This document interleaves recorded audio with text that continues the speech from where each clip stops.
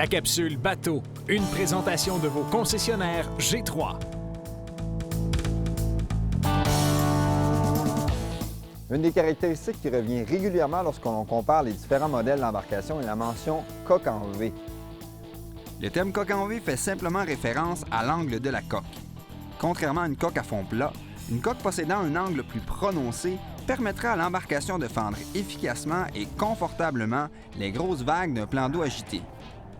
Un V prononcé et bien adapté à la coque se veut donc avantageux si vous naviguez régulièrement sur de grands plans d'eau exposés au vent. Afin d'obtenir un maximum d'avantages d'une coque en V, sans affecter négativement la stabilité ou trop augmenter son tirant d'eau, l'embarcation doit avoir la plus grande empreinte possible. Celle-ci devra donc être très large à l'arrière et conserver cette largeur suffisamment longtemps vers l'avant afin d'obtenir une stabilité et une portance maximale. Avec une telle empreinte, vous obtiendrez tous les avantages qu'offre une coque en V par mauvais temps, sans pour autant perdre l'accès aux faibles profondeurs ou perdre de la stabilité. Avant de faire l'acquisition d'une embarcation de pêche avec V prononcé, assurez-vous que, comme celle-ci, elle conserve une stabilité irréprochable, un faible tirant d'eau et soit capable d'affronter la vague efficacement. Vous rêvez du meilleur bateau de pêche? Montez à bord de l'un de nos réputés bateaux G3 de fiabilité Yamaha.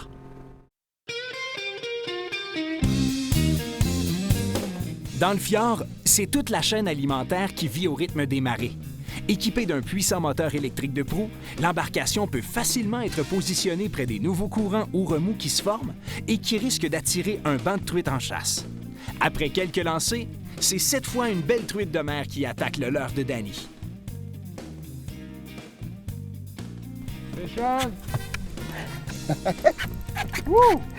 Bon, ben là, cette fois-là, on est sûr que c'est pas un addon. J'ai ramené ma ligne. Là, c'est une truite de mer. Danny, elle tire encore pas mal fort. On a encore 4 livres de résistance. Ouais, là, on n'a pas le choix, là. On va aller vers l'arrière. Oh yes! C'est marrant. Prends le filet, fais ce que tu peux en attendant. M'amuse.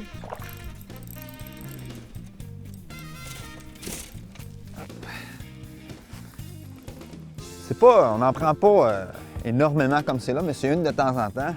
C'est des beaux poissons. Ce qui est particulier, c'est qu'on pêche au lançon tout ça, donc c'est doublement intéressant. En tout cas, Danny a l'air d'avoir beaucoup de plaisir, là.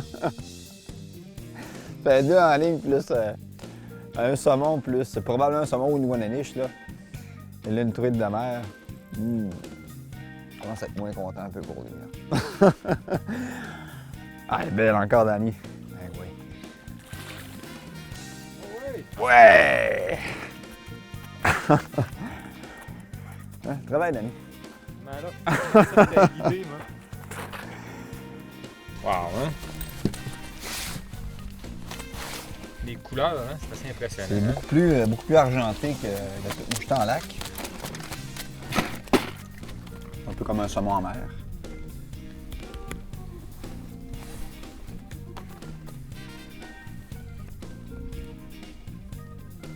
C'est pas viser l'atomic teaser. Non, celle-là n'a pas été trop dure dessus. Ça commence à être rare, hein? Vraiment, là, c'est encore un très beau poisson. Ah, ben, merci, Dans la Martin. glace, merci à toi de me faire découvrir ce beau coin-là. C'est vraiment, vraiment particulier comme pêche. Écoutez, ça ressemble un petit peu à de la pêche au brochet, c'est pas compliqué. On pêche le long des roches. Il y a différents courants qui se forment parce que la marée descend, la marée monte. Donc, il peut y avoir à peu près pas de courant, puis 5 minutes après, avoir un bon courant, un remous qui s'est formé derrière un rocher. C'est ces endroits-là qu'il faut pêcher. On va voir aussi souvent beaucoup de débris sur l'eau qui sont déplacés. Et ces débris-là témoignent bien du courant qui transporte également la nourriture. Donc ça, c'est des bons endroits aussi à pêcher quand vous voyez des débris comme ça sur l'eau, là. C'est ce que je remarque, Danny, je me trompe pas. Oui, encore vraiment, c'est la nourriture qui est apportée par le courant. Là. Tu cours après ça, tu la trouves. Puis à ce moment-là, si ça t'indique, veux pas, un endroit qui est très potentiel pour le poisson pour se nourrir. Bon, je suis un bon élève. Putain, un bon guide. Oui, bon, parfait. On continue, on va voir ce que je peux faire pour prendre du poisson.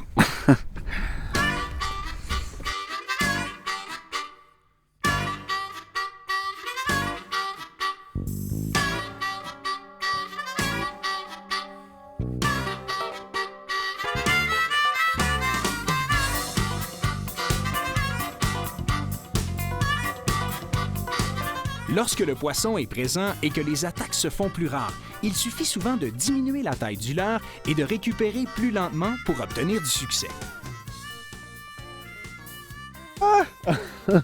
Rendu sur le bord du bateau, je pensais qu'elle allait... Hey! Je pensais qu'elle allait partir en avant. Sacrifice!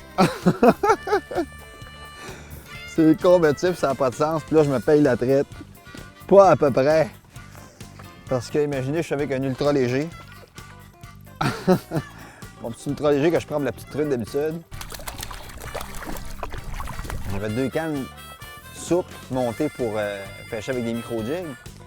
J'ai laissé la plus longue à mon bon ami Danny. Merci, Danny. C'est à mon tour, hein?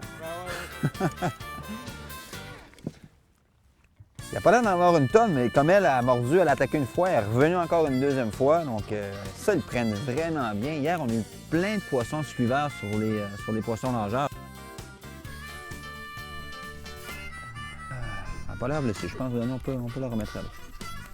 Plancher, je ne l'ai pas serré. Donc, il manque à déposer le filet. Puis...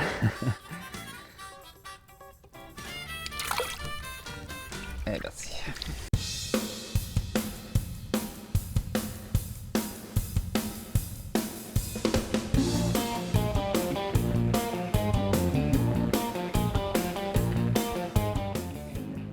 Pour réussir à capturer de gros salmonidés avec de minuscules leurres, un ensemble canne et moulinet adapté est absolument nécessaire. D'une efficacité redoutable, les micro-jigs sont cependant extrêmement légers, ce qui les rend difficiles à lancer.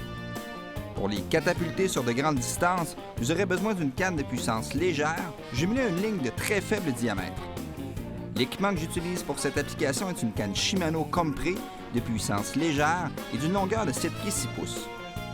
Longue et souple, cette canne absorbe parfaitement les soubresauts violents des gros salmonidés, procure un excellent contrôle lorsque vient le temps d'éviter un obstacle et propulse facilement de petits leurres légers. Toujours dans le but d'absorber les contre-coups énergiques des gros salmonidés, une ligne de nylon conventionnelle est avantageuse.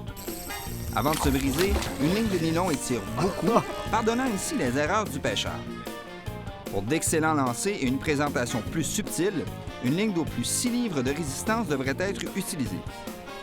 Côté moulinet, le frein doit être sans reproche. À ce chapitre, un frein avant possède une plage d'ajustement plus précise et plus douce qu'un modèle équivalent équipé d'un frein arrière. C'est lorsque vous aurez un gros poisson au bout de la ligne que vous serez heureux d'avoir choisi un ensemble de pêche d'excellente qualité. Ouais, bravo.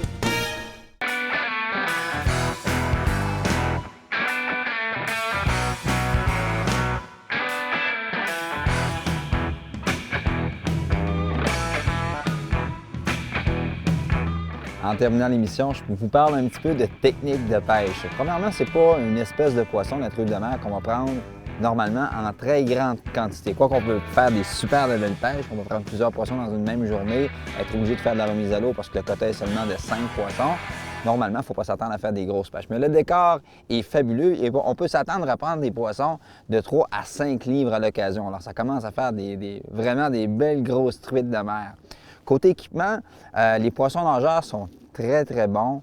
On peut faire de la pêche à la traîne. Évidemment, lorsque vous faites de la pêche à la traîne, des vitesses de 3 à 4 km/h, normalement, c'est une bonne vitesse pour commencer. Par la suite, vous allez voir un petit peu comment les poissons réagissent.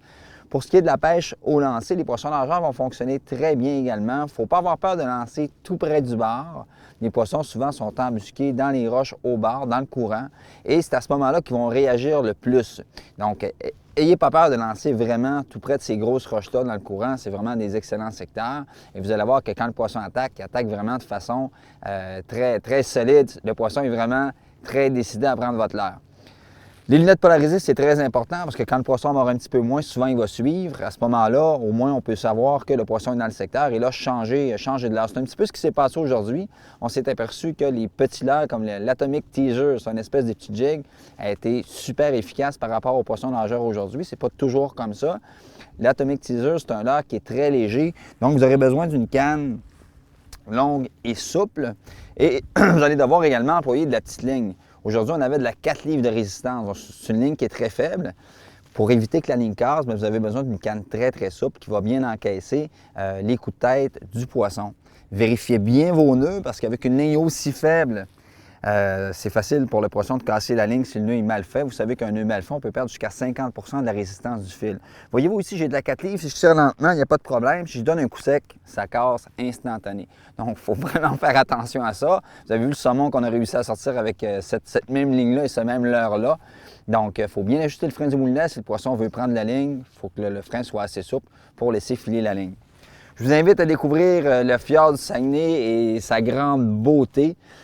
Si vous voulez en savoir plus, bien évidemment, vous allez rencontrer Danny Tremblay chez ProNature à Chicoutimi. L'avantage d'une boutique comme ProNature Chicoutimi, c'est de pouvoir rencontrer de réels spécialistes et des gens qui parlent de pêche presque à chaque jour, qui vivent la pêche également.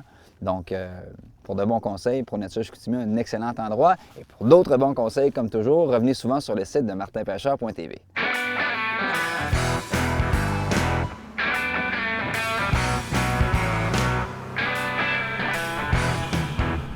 martinpêcheur.tv est une présentation de vos concessionnaires G3. Vous rêvez du meilleur bateau de pêche? Montez à bord de l'un de nos réputés bateaux G3 de fiabilité Yamaha. Et de l'Association des concessionnaires Toyota du Saguenay-Lac-Saint-Jean. Le Saguenay-Lac-Saint-Jean, le meilleur endroit au Québec pour vous procurer un camion ou un véhicule utilitaire sport Toyota.